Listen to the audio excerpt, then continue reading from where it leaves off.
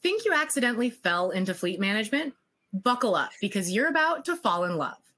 The commercial vehicle industry is full of surprises. You might think you're signing on for one thing and then discover a hidden world of opportunity, growth, and yes, even passion. Don't worry, there's some cool trucks involved too. I'm Lauren Fletcher, Executive Editor of Fleet Trucking and Transportation, and I'm the moderator of today's webinar sponsored by IntelliShift that will explore the unexpected journey of falling into fleet management and turning it into a fulfilling career. My guest today is Erin Gilchrist, Vice President of Fleet Evangelism at IntelliShift. Erin transitioned from the trenches of fleet management to a leadership role, and she's here to spill the tea on why this industry rocks. Welcome, Erin. Hello, thanks for having me. So excited. So get ready as we deep dive into why fleet management is such an attractive career option, how to attract new talent, how to build a fleet fam where everyone feels valued, and how to create a continuous culture of learning to keep things fresh and exciting. But before I continue, if you have any questions for Erin or myself along the way, feel free to drop them into the chat and we'll try to answer as many as we can during our conversation or at the end of the webinar. And if we can't get to your question, we'll make sure to email you after. So Erin, let's go ahead and get started. Awesome. So I'm sure you're more than a familiar face and voice to many of the folks on this webinar, but for those who don't know you or your story, I'd love it if you shared a little bit about your journey into the fleet management industry and how you fell into this career path. Yeah, I love the falling into because that's how it happens for so many of us. So again, hi everyone. I'm so excited to be here. I'm Erin. I'm the VP of Fleet Evangelism, which is an interesting title. We'll talk about that in a second here at IntelliShift. And how I got into fleet management was I started with a background in retail operations and then supply chain and logistics. And then when I was recruited by Safelite Autoglass, I assumed it was for an operational role. And when I got in the door, they said, you know, we'd love for you to be able to learn the business soup to nuts. So I took on a process analyst role, which sounds kind of boring, but it was really fun. I got to go out and audit locations and really learn the processes of what we did in the glass industry, from the initial call from someone that says, I broke my windshield, to the time that that was billed by Safelite. And so I learned so much in a very short period of time, but I was also, as you all can imagine, a little bit bored. And so I got involved with the philanthropy in the organization and the safety committee in the organization, which was comprised of risk and fleet. And so that's how it happened. I joined that committee to offer my expertise in sort of that OSHA distribution center logistics background that I had, and started to really get intrigued by what they were doing to mitigate risk for the drivers and for the organization. And so when the fleet manager role came about, the risk director said, hey, I think you'd be great for this. You have an operational background. Your customer is, you've been in their shoes. You've been in operations and you can service them. I feel like you'll be great working with them. They already have gotten to know you in this audit role and trust you. So, you know, at first I was kind of like, I don't know anything about fleet. I love cars. I can change my own oil. I'm like, okay, that's about the extent of it, right? And so I said yes. And boy, it's just the sky's been the limit since then. I'm really diving in and learning the industry and learning my role. So it was just kind of a fun way to get there. Never expected, but so glad I did 20-ish years ago. That reminds me a lot of how I ended up getting involved, looking for a role that was a little bit easier while I was going to school, and ended up knowing a lot about cars because my dad loved hot rods. And so I understood engines. I understood how they worked. I had a passion for them in a different way. And it really ended up leading into this fantastic career and journey that is fleet management. So what exactly, you kind of talked about a really interesting path that came into it from, process analyst. What actually really attracted you to fleet management, and kind of how did your perspective evolve over time to where it is today as the VP of Fleet Evangelism? It's such a fun title and a different story.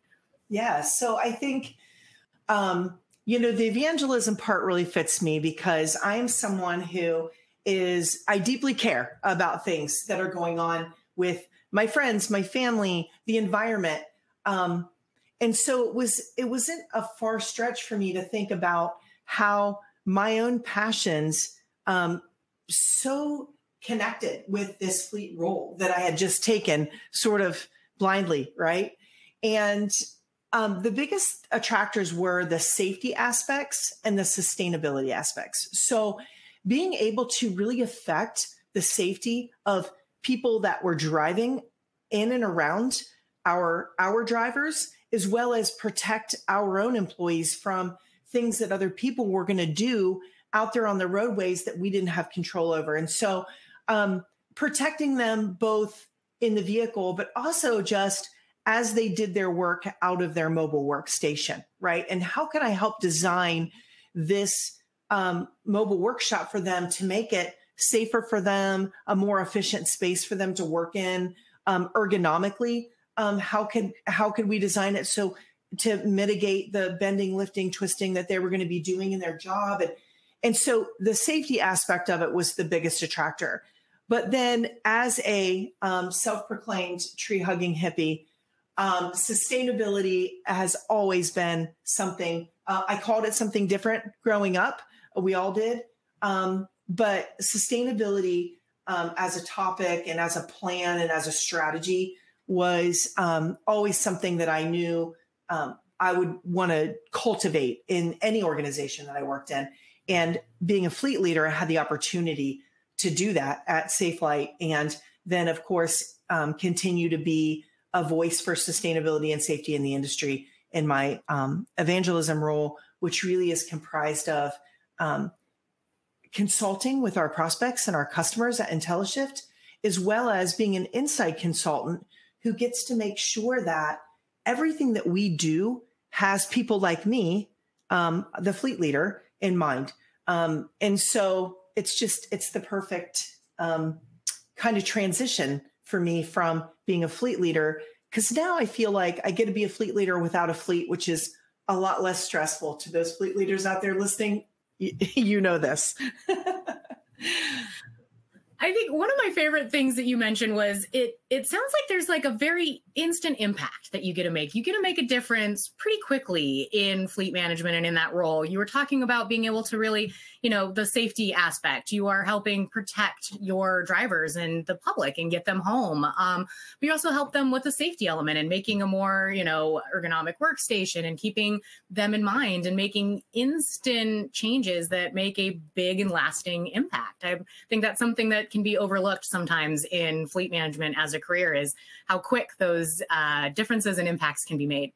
Yeah, it's fantastic. And even just being able to get the drivers involved.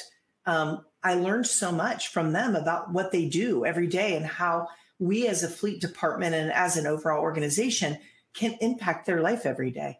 So that was just so rewarding and fulfilling, for sure. So as we talked about in the intro, so many of us fell into fleet, both of us included, but we are clearly sticking around. From your experience, what do you think makes fleet management such an attractive career option, even if you're not planning for it? We're not sitting in grade school dreaming of being a fleet manager one day. I mean, that's a really well-known stat. So what is really making this so attractive? And kind of building on that, what are the unique opportunities that this is offering for career growth and personal development? Right. So when I was thinking about this question, there's so many things that came to mind, but so I'll try to compartmentalize a little bit because there's so many fun things, but I think I'll start with just the variety, right? Fleet management involves a variety of skill sets and tasks. I mean, think about it. We are looking at managing vehicle specifications, the right vehicle for the job. We are managing that vehicle throughout its life. So we're looking at fuel and maintenance and vehicle performance. We're looking at managing big budgets and loads of data. We're thinking about how to keep everyone safe. And we're also thinking big time about how to reduce our environmental impact. So when you think about the variety of things that we as fleet leaders do every day and what it takes to stay up to date on all that. I mean, that's a big job. So variety is fun, the challenge of it. So as I mentioned, doing a lot of different things, it takes time to learn how to tackle these challenges, whether we do them one by one or we have larger, more comprehensive projects. The challenge, the everyday challenge, and that every day is sort of different. So those are a couple. And I think the responsibility of it. Now, some people might not see that as an attractive thing. I do. I love being responsible for the safety of the drivers, the performance of the vehicles, the financial impact that fleet can make on an organization, not from a cost center perspective, but more from a revenue generation perspective. And I've helped a lot of fleet leaders over time envision themselves as revenue generators versus sucking the cost out of their organization with the massive budget that they manage. So I think variety, challenge, responsibility, big things. And then I think to the second part of your question about how does this offer, growth and personal development? Well, think about all those things that I just mentioned that fleet managers have to do to be effective in their roles. So I think if you think about what could be next, so many growth opportunities in fleet management alone, but we can move into areas like transportation, logistics, supply chain, project and change management roles in organizations, because I think we get really good at that as fleet leaders. And operations. I mean, if folks don't think about that as much, but I do, because the operations teams and organizations are the frontline customer of the fleet manager and the fleet department. And so in servicing them, you understand and learn their roles as well. So I think operations is a great avenue as well. So lots of growth opportunity. And then, of course, many fleet managers are managing large portfolios of suppliers and strategic partners. So thinking about switching over to the other side, and like I did, now I get to work for a company who is focused on safety and sustainability and efficiency for fleets. So yay, I get to still do the things that I'm passionate about, but on the strategic partnership side. So lots of great opportunities, in my opinion. So I'm guessing you're not bored at any point in time. You're staying pretty busy throughout the day. So if there's somebody who is looking for a career choice that they're not sitting there twiddling their thumbs all day, fleet management is absolutely a career option for you. 100%. We've been kind of waxing on about the positive side, and no career is perfect. I think, fleet is a bit of a beast to wrap your head around. And there's some common challenges, I think, that newcomers are facing when they're entering the fleet management sector. Can you share a little bit about what you see as some of those common challenges and how new folks entering our industry might be able to work to overcome those challenges? Absolutely. I think the biggest one is knowledge gap. And it's not just a knowledge gap because someone coming into fleet never expected to, like we've talked about, and that's really how it happens. But I think it's a knowledge gap because the industry is so fast moving and ever evolving, right? So you come in and you think you know what you know, and then a minute later, there's something new you should be thinking about. So there's definitely a knowledge gap that's a struggle. Compliance, that's an overarching term, but I mean driver compliance inside of your organization. I'm thinking about compliance with all the different rules and regulations, whether they be federal, state, whatever the case may be. Compliance is an animal, and it's something that you have to learn and understand and drive in your organization. Driver management, right under that. Driver management, it's a big challenge, and it is a learning curve. People management is a learning curve. And we'll get into that a little bit later as we think about, what organizations can do a little bit better there.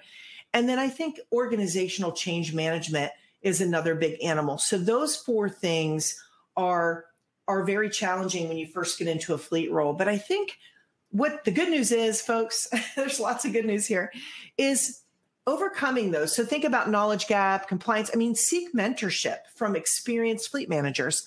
I was a mentee for many years and now get to serve as a mentor, which is like such a gift.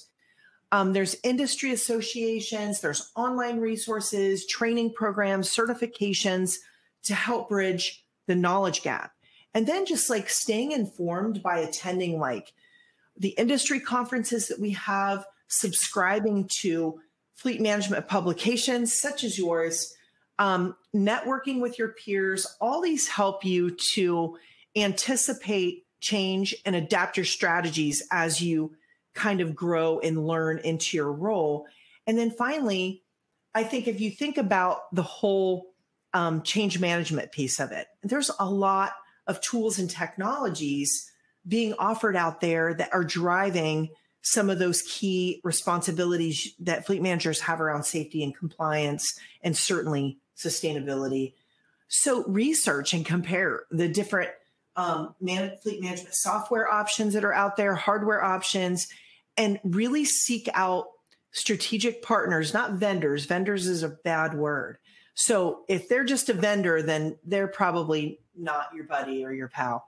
But if they are a supplier, maybe a strategic partner, and in my mind, a trusted advisor is that top level, seek out companies that want to be an extension of you and your department so they can offer a wide variety of support, implementation planning, training, as well as the hardware and software to boot. So, just seeking out the right partnerships can make or break you in your success as a fleet manager. And with that, on the partnership side, I have never seen an industry where people are so willing to share with everybody and anybody. We have our editorial advisory board at Work Truck, and listening to them share with each other their challenges. And all of a sudden one goes, I just talked to somebody who can help with that. Let me get you their phone number. It's this cooperative competition that is just fantastic. And I think that it's hard to find somebody sometimes to go and ask these questions, but don't be afraid to. If you see somebody out there who's speaking on a panel, who's at these industry events, they want to share what they know. They want to help. And they love having somebody come up to them and ask them for some questions and advice. There's been so many partnerships and relationships that I've seen grow just because somebody asked a very basic question. Friendships even that have evolved. I absolutely love it. So kind of wrapping this section of it up, what are some of the absolute most rewarding aspects of working in fleet management? What's keeping us engaged and really passionate about coming in every day and doing these fleet management roles? Yeah, I think one thing you mentioned that this friendships, I mean, over the years, because the fleet management industry is so open and cooperative and collaborative, I have forged friendships that I'll have for a lifetime, and it is just so incredible. And I look back over these 20 years and some of the things I've been through personally, and I'm like, oh my goodness, these people have been with me through all of this. And it is just, that's a very rewarding aspect. But some of the things from a professional standpoint, seeing, you mentioned this early on in our conversation, is seeing the impact, right? This big picture impact of what you do. So your decisions that you make daily affect your company's efficiency and bottom line. They affect driver safety, getting home every day. They affect environmental impacts that your organization might have because they drive a lot of miles or use a lot of materials. Think about all the things that a fleet manager touches that I talked about earlier. And when done well, the big picture impact that we can have on our organizations, on the environment, on people can be a really strong motivator to come to work every day. So that's the biggest one. I think this problem solving and efficiency wins topic. I mean, I love the problem solving that fleet management is, the logistical puzzles, the inefficiencies, the non-compliance, all the things that we have to sort of wrap our hands around and arms around and find solutions for. That to me is exciting because it has helped me grow as a professional.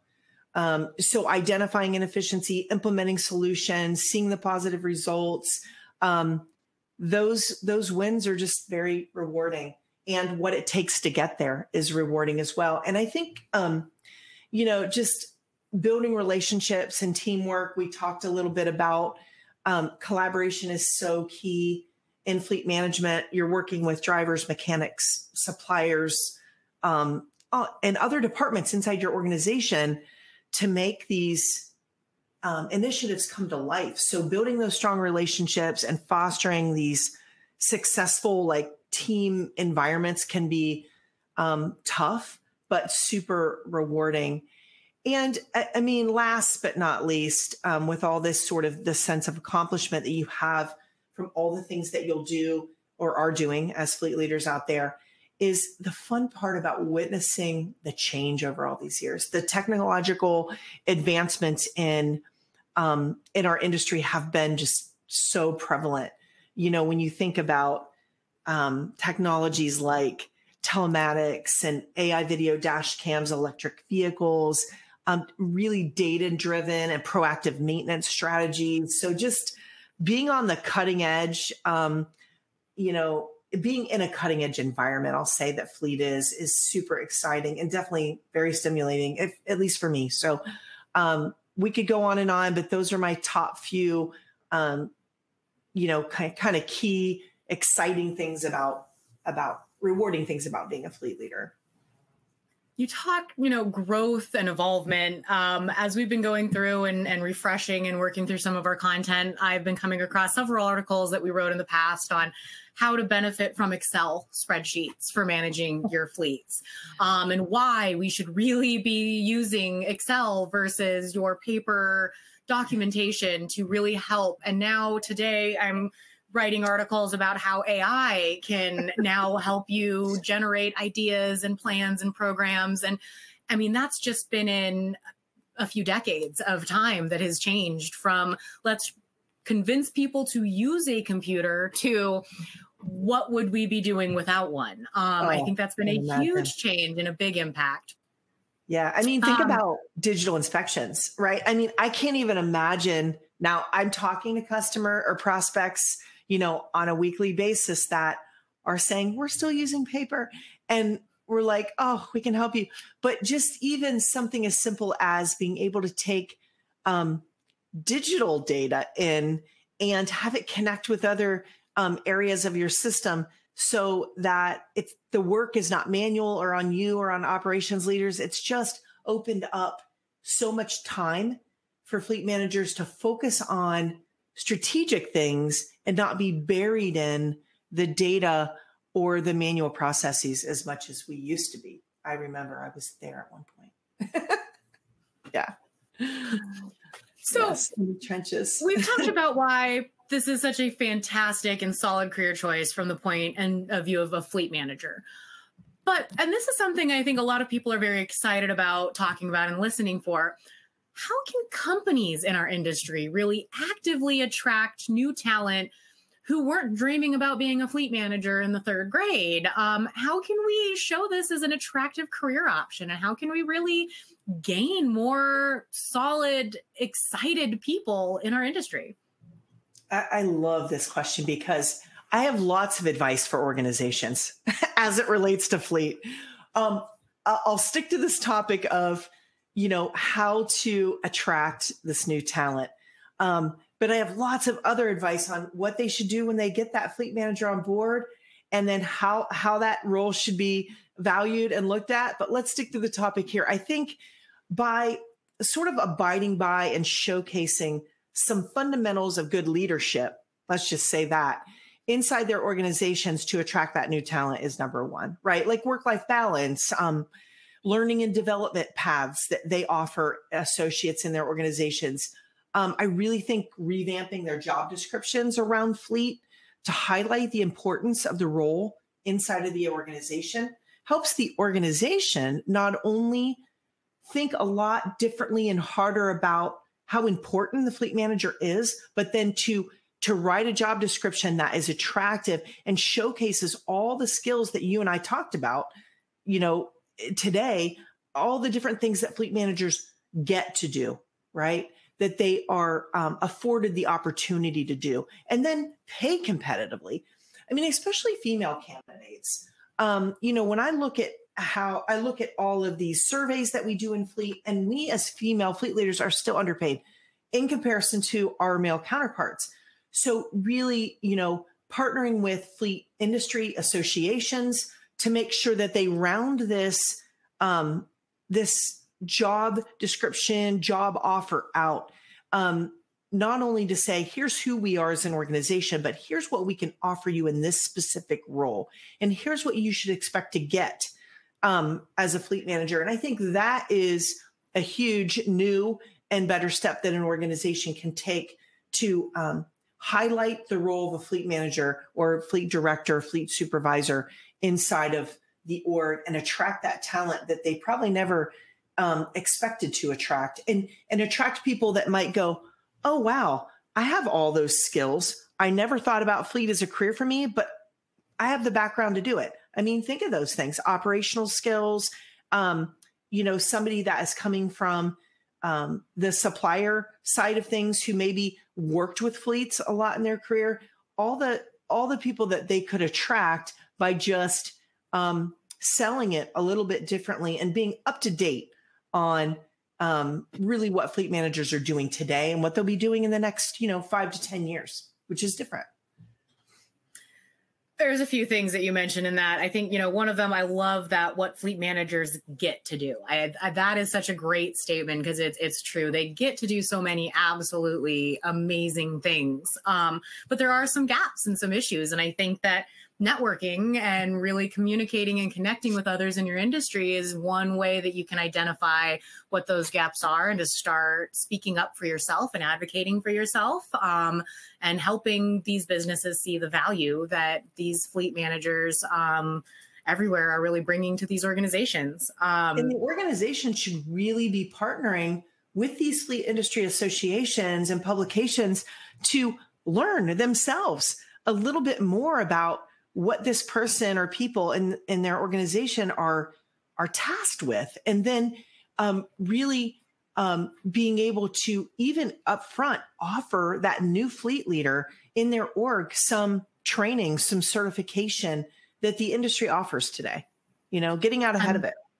Then there's a ton of those from NAFA and everyone else. There are a lot of fantastic certification programs to grow knowledge and to show that you are investing in your staff and the people that are investing their time and their lives in your businesses.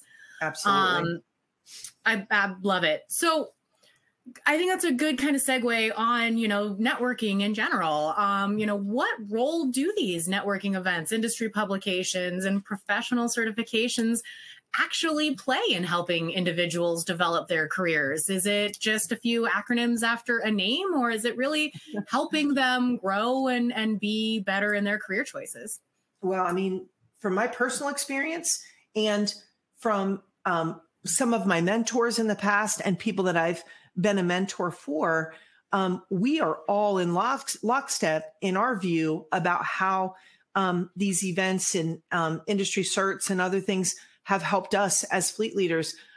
They play a huge role. The industry events are a great place to network and talk to seasoned fleet professionals who have been where you are. If you're new, we've all been there. Dial it back 20 years. I had no idea what I was doing. So I attended events. I read and commented in and was a contributor to many, many articles over the years.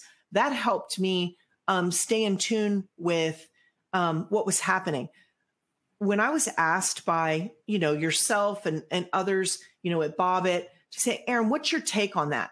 I was always happy to share because I was so grateful for all the other people who shared that I've been learning from, right? Also, the professional certifications play a big role because it can take you through these top, 6 or 7 aspects of fleet management in great detail.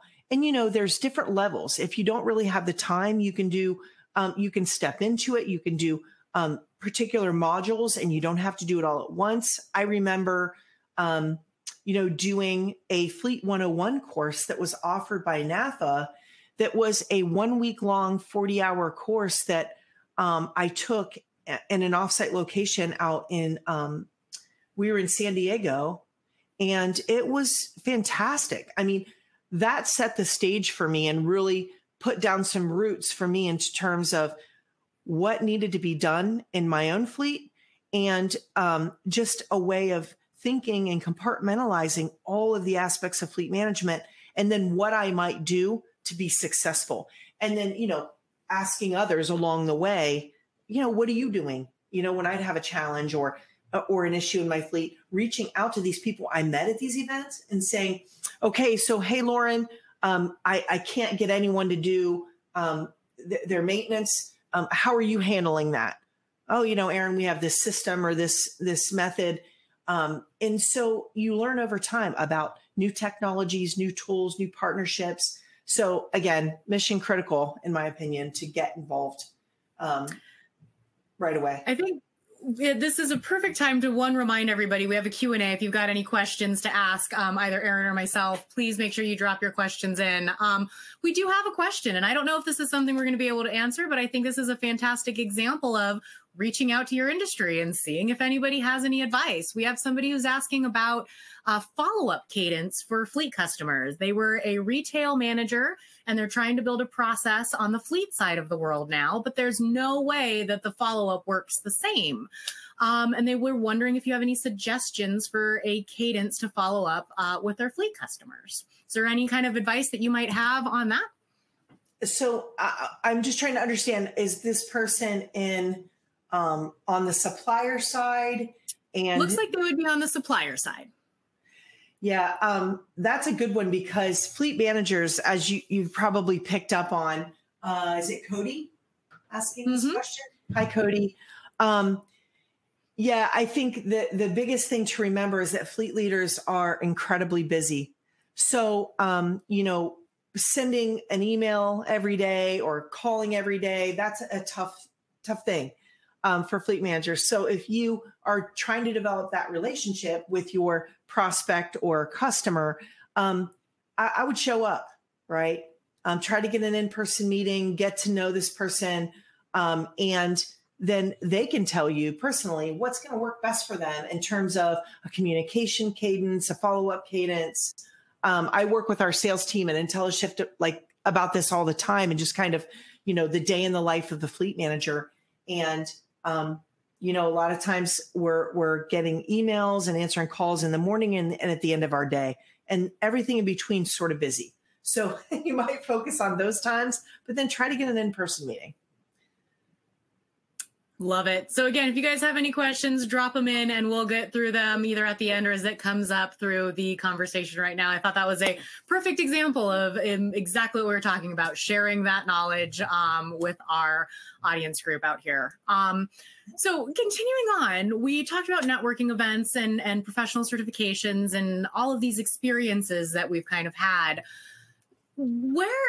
How is these kind of helping you grow? So can you share any real personal anecdotes or experiences about how these different avenues have helped you or maybe others that really actually grow in their roles? Absolutely. So I shared that I attended the Fleet 101 course, right, and I did that week-long course. So that's one great example that really kicked me off on the right foot to make sure that I was giving the most attention or priority to the most impactful things like people safety and reducing emissions, and then thinking about how I would have an effect on fuel and maintenance and inspections and all the other aspects of fleet management. So coursework is great. So CAFM, CAFS, whatever level you want to get into, but NAFA is one great avenue, and there are others.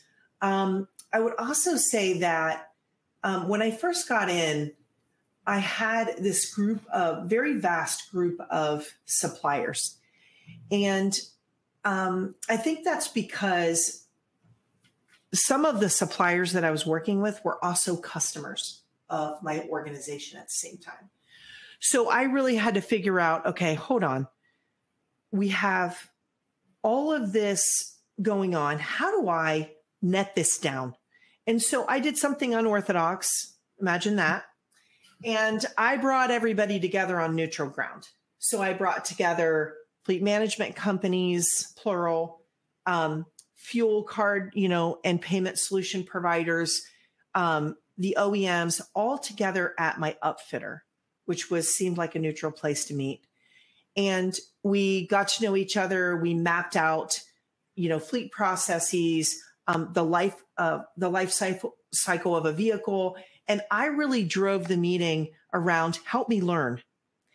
And that was something that me leaning on the industry as a whole, it changed everything. The suppliers in that room that really embraced the exercise are the ones that stayed with me and I kept working with for year after year after year for 15 or 16 years. And they came and they graduated from suppliers to strategic partners to trusted advisors over time because they listened. So really leaning on your supplier network, that's certainly what I did to help learn and grow, is a great personal experience along with my Fleet 101 course. And then I did send one of my fleet administrators through the CAFS with NAFA, and that was a big benefit to him and to the other members of our team when he got promoted to supervisor. So those are a few stories and experiences. I have many more, and I'm sure some of you do too. I encourage you guys to, share with each other as well. So not every career path starts off on the right foot. Just because we fell into fleet and so many of us stick around and stay doesn't mean that everybody does, or that everybody's really feeling it right now. So how can those who aren't really initially feeling passionate about fleet management cultivate that passion and work to find maybe a little bit more fulfillment in their work and that energy that you so clearly have about this industry? Yeah, I think about the things that you're personally passionate about and how you can, how those weave into what you do as a fleet leader. So for me, sustainability and my passion for the environment was just a really natural fit. And that's, how I got excited. I love people. I care so deeply about people. So if you love people and people are your thing, think about the effect that you can have as a fleet manager on the people that work for your organization and for the people that are driving alongside of your drivers on the roadways. So try to find a personal connection between what you're passionate about and something that relates in fleet management. I would also look at the challenges and issues that you're facing as a fleet leader. What in your organization needs fixed? What as a fleet manager, where are those gaps? And then dig in. I identify the challenges, do it one by one. And I guarantee you when you do that, you're going to see the impact that you're having and get more and more excited. And then push on your supplier networks to bring new ideas to the table that are going to help you fulfill your work to be successful in your job. Again, when you're success, who doesn't get happy when they experience successes? So really lean on those suppliers and say, hey, tell me what I can do to get better at this. And how can we, and share your initiatives and goals with them and have them be accountable for helping you reach those goals. And last but not least, get involved in the industry. We will help you get excited. If you're not excited now, we can help you get excited about the fleet industry and all of the things that it offers you in your career and just having success inside your role in your organization. No, I think I'd challenge anybody to find either of us at an event, talk to us for 5 minutes and not leave feeling beyond excited about the industry that we've chosen. There's something palpable about it. It's absolutely amazing. And this is actually kind of a great tie-in. We've got a question from one of our audience members, and it actually, I think, is almost the answer to the next question I was going to ask you. So what my next question was going to be, as our industry evolves, what do we really see as key opportunities for our seasoned professionals and our fleet management newcomers? And then we have a question from our audience that, with AI and electric vehicles in mind, what are the biggest challenges facing fleets? And I think these kind of are two things that are really hand in hand. I think EVs, AI, sustainability are a few of those challenges and opportunities that are out there for fleet professionals. What are you seeing with this and with opportunities, AI, EVs, all of this stuff that's kind of growing and changing as we're literally having this conversation right now? Yeah, perfect. So great question, Bo. Thanks for asking. So again, you named some of them. Embracing new technology, right? Sustainability, planning, and execution. It's one thing to say it. It's another thing to plan it and do it. And I love it. I help people with their sustainability plans all the time. So reach out to me. Evolution of EVs and their impact on the industry. And I say the word evolution because we hurry up and wait on this topic, right? For fleets and organizations, I think, AI and these evolving technologies are your friend. So if you're not embracing them, you're behind the eight ball. So definitely embrace them. But those are definitely some new things coming up. And how do you what do you do? Well, learn, right? First off, think about yourself. Have a personal sustainability plan, right? Health, wellness, continuing education, keep yourself relevant, right? And the organization, the fleet industry can help you do that. And then organizations should pay close attention to what's happening in the industry. These challenges around adoption of AI video dash cams, critical, they're coming. So it's not about if, it's about when. You got to protect your people. And that's just one way, one of the many ways you can. So organizations should pay attention. They should challenge their fleet departments to find new and exciting ways to enhance safety, driving down emissions and being on the top of their efficiency game. So I think that, this evolution will continue. Those are definitely some of the hot topics, but organizations and newcomers to fleet, there's some anecdotes for you. Learn, right?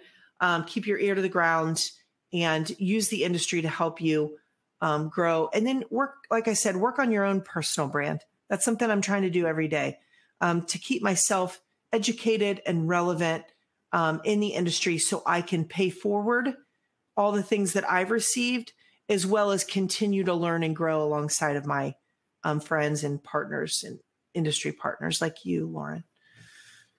I think that's another benefit of this industry is you can't stop learning.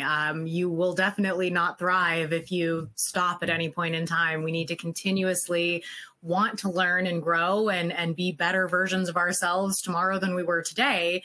And it's really making a good fleet manager.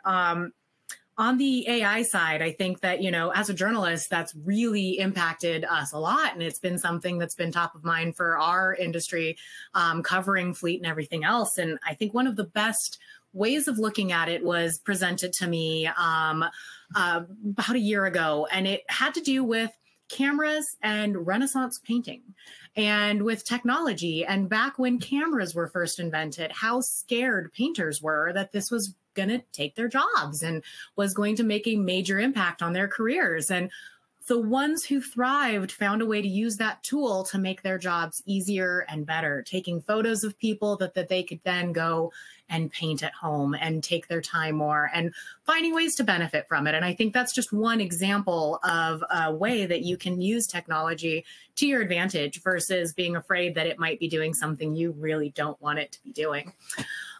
We have a little bit of time left. We're getting some solid questions in. Please keep throwing those over if you've got anything. I've got one I really want to ask, and it has to do with the attracting of talent. So when we talked about with our question on how we can recruit and get fleet managers, what are some of the more innovative strategies that you've seen companies using to attract maybe younger talent to fleet manager roles?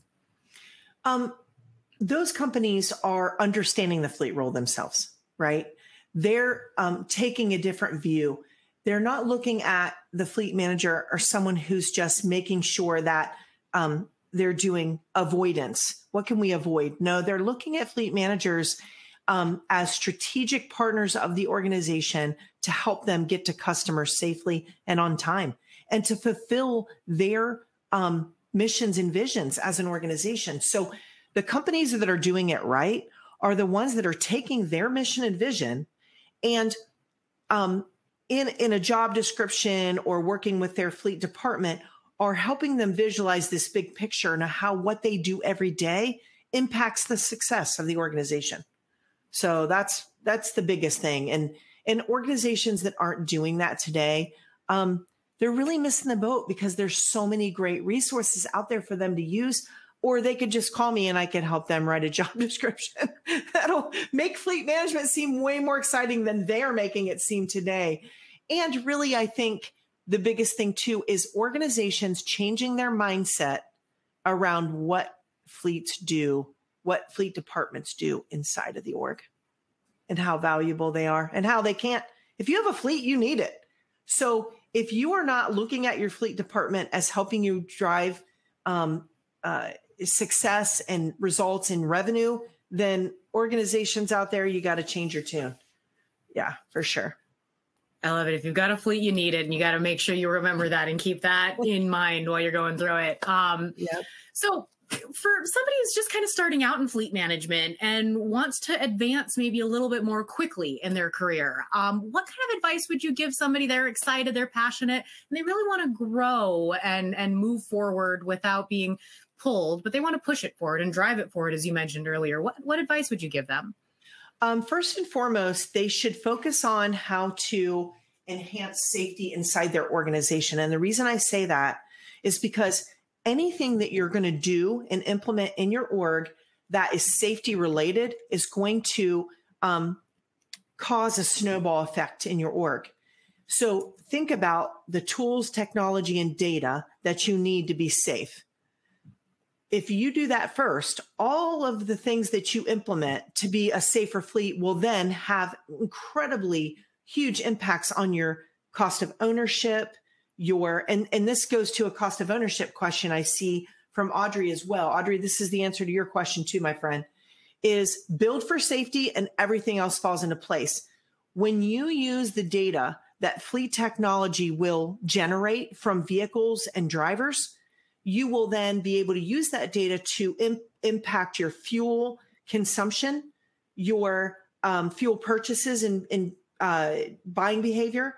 You will impact your compliance all around, DOT, inspections, and then, of course, maintenance, another big cost center in fleet management. So build for safety, everything else falls into line. So if you want to fast track, focus on safety and what it takes to just get on a mission to zero accidents, and you'll be the biggest winner. Yeah. Always a number one goal. And for the person who asked, Dale, yes, we will have this available for viewing. This will be on demand after the webinar is over for you to share with all of your colleagues, your bosses, your supervisors, help everybody get passionate and excited about fleet. So yes, we will make sure this is available for viewing later. Okay, so looking at this then, let's get a little personal again while we have a little bit of time left with you. Sure. What's maybe one of the more surprising things you may have learned about yourself through your journey in fleet management? I thought that I was the best collaborator in the world. And I learned that my passion sometimes got in the way of me involving all of the people in my organization that needed to be involved in these big decisions around safety technology or new tech for the vehicles or new tech for the drivers. And I kind of got in this mindset, well, I know this is going to work. And maybe I did know that these initiatives were going to work, but I didn't get all of the players in the room with me. And I learned, and it's not too late. It's just I learned. And by the time I was able to implement some of these things, yeah, we made great impacts. But if you're just starting out, get that committee together within your organization and, HR, whatever you call that, people management in your org, finance, legal, operations, fleet, get these folks together in a room and talk about the initiatives that you have and what you want to achieve. And then you have all these experts that can help you. You don't have to know everything. And so, yeah, a big mistake I made was thinking that kind of I had to know everything and drive everything. And I wasn't alone. And you're not alone out there either. So that was a tough lesson to learn for me. And then also just really leaning on early on, just leaning on the industry. And that was something that, again, I didn't learn right out of the gate, but as soon as I did and got into the industry, I realized what an amazing resource it was for me. And it has been ever since in my role today and in my role as a director of fleet operations. So those are a couple things, and really just take good care of yourself. Put yourself first sometimes, folks. I know that's hard to do, but we have a fleet manager's job is big and complicated and ever changing. And so just make sure that you're working on your personal sustainability plan too, like I mentioned before. I think there's a balance of being confident and knowing that you are skilled and you know what you're doing, while at the same time leaving your ego at the door. I was just watching a video that was a documentary on the We Are the World recording. And I think one of the best things from that video was a sign that was on the door that said, "Leave your ego out the door." And I think that is so important and valuable for all of us to do sometimes, is to push that imposter syndrome out the door, believe in yourself that you are really good at what you do. You do know it well, but that other people can also be a team and help you do better at what you're doing every single day. Yeah, I couldn't have said it better, Lauren. That's, yeah, great wrap up there. I love that. And I think that just because I say this a lot on my podcast, like just because we have to know so many things and we touch so many things in the organization doesn't mean we have to be the expert on all those things, right? So, you know, surround yourself with smarter people than you are. Yep. I always like to say I might not know the answer, but I can figure out who does. And that has always been something that I can lean on, and always something you can learn about. If you don't know the answer, well, it's now something you get to learn about at the end of the day. So, you know, I'm going to go ahead and wrap some stuff up. I think we've had a fantastic conversation. If you sent a question that we did not get to, we will make sure we follow up via email to answer them individually. To everyone who joined us live, I appreciate your time here today. Erin, it's always a pleasure to sit down and have a conversation with you. Likewise, and thank you so much to IntelliShift for sponsoring today's webinar and allowing us to have this conversation for everybody. Again, it's going to be available on demand at worktruckonline.com/webinars. So please look for it and share it with your colleagues and friends. Watch it a few more times if you missed anything. We appreciate you all. Thank you. Thanks so much.